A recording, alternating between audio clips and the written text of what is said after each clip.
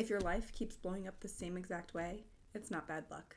It's an unaddressed subconscious pattern, and no one's coming to save you. We're going to talk about the shadow work and unlocking the subconscious to help your life thrive. What needs to happen is that we should really work on breaking the toxic loops that we get stuck into, the bad habits. There are plenty of books, podcasts, and other information like this video out there for you, but until you acknowledge and honor what you've been doing and what has happened, you're not going to get anywhere. You need to wake up, and that starts with you. Your connection to your higher self has always been there. You've just ignored all the telltale signs, all the opportunities to connect, but today you're going to change that. And first, we're going to talk about the hidden self. This is the part where you say you want growth and then make choices throughout your day that keeps you in the toxic loops. That's self-sabotage. And what your brain is doing is usually just protecting you from unprocessed trauma. That's why it's so crucial we honor what has happened to us and not fall victim to it. And here's what I had to learn. Hard things happen.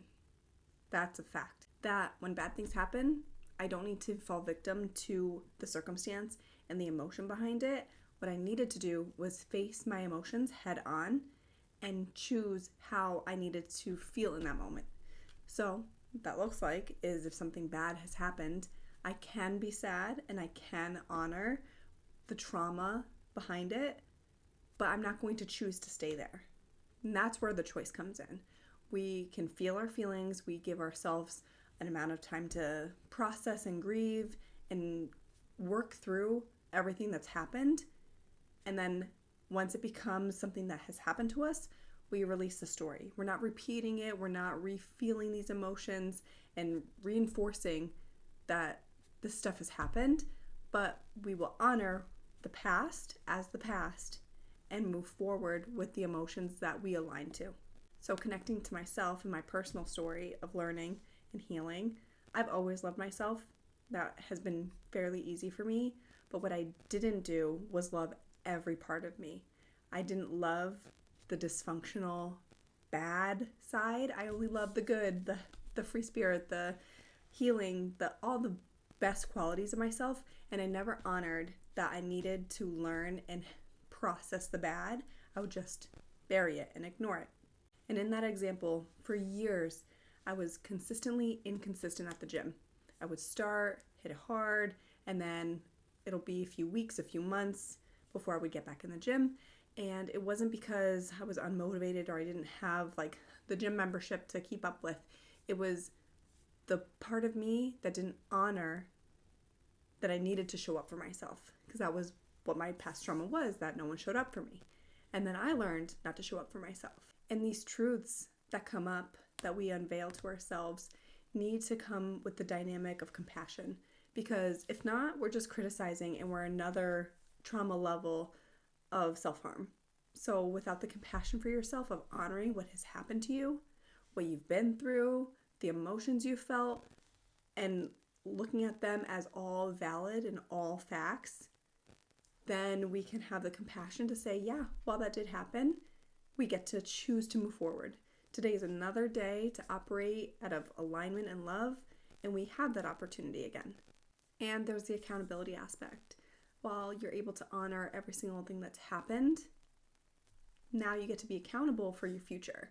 So accountable of owning things that you've done in the past and accountable for how you show up in the future.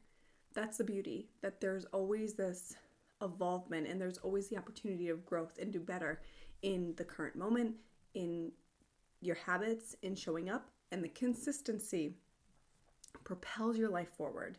You can show up for a 5-minute workout and that's still better than nothing. You've heard it 100 times before, that the small compound actions that you take define your life in the future. So you're building on these little step-by-steps instead of just, one day I just worked out 7 days a week. No, they're little small things that allow you to connect and build. And when you're operating off your beliefs and your self-love, that makes it easier, right? So when we're building our habits, instead of, I have to do 5 minutes on my workout or I'm not going to reach my goals, that's the fact. But the true alignment comes to, I only have 5 minutes, so I'm just going to pour into myself for 5 minutes because that's better than nothing. And the mindset shift is the functionality of how your life gets better, because it's the delivery on yourself and the commitment to yourself that truly matters, because it's only your life. No one else's. There's no one coming to save you. There is only you and your connection to yourself. No one knows what your thoughts, like your innermost thoughts are, your subconscious, and sometimes that's hidden from you too. And dig down and do the work. This shadow work isn't about shame. It's just true honesty that you can take and you can morph into a better life for yourself.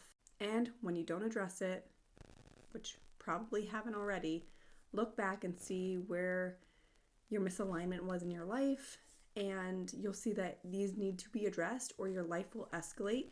And then next thing you know, 5 years goes by and you're still stuck in the same level that you were at because your beliefs align to that.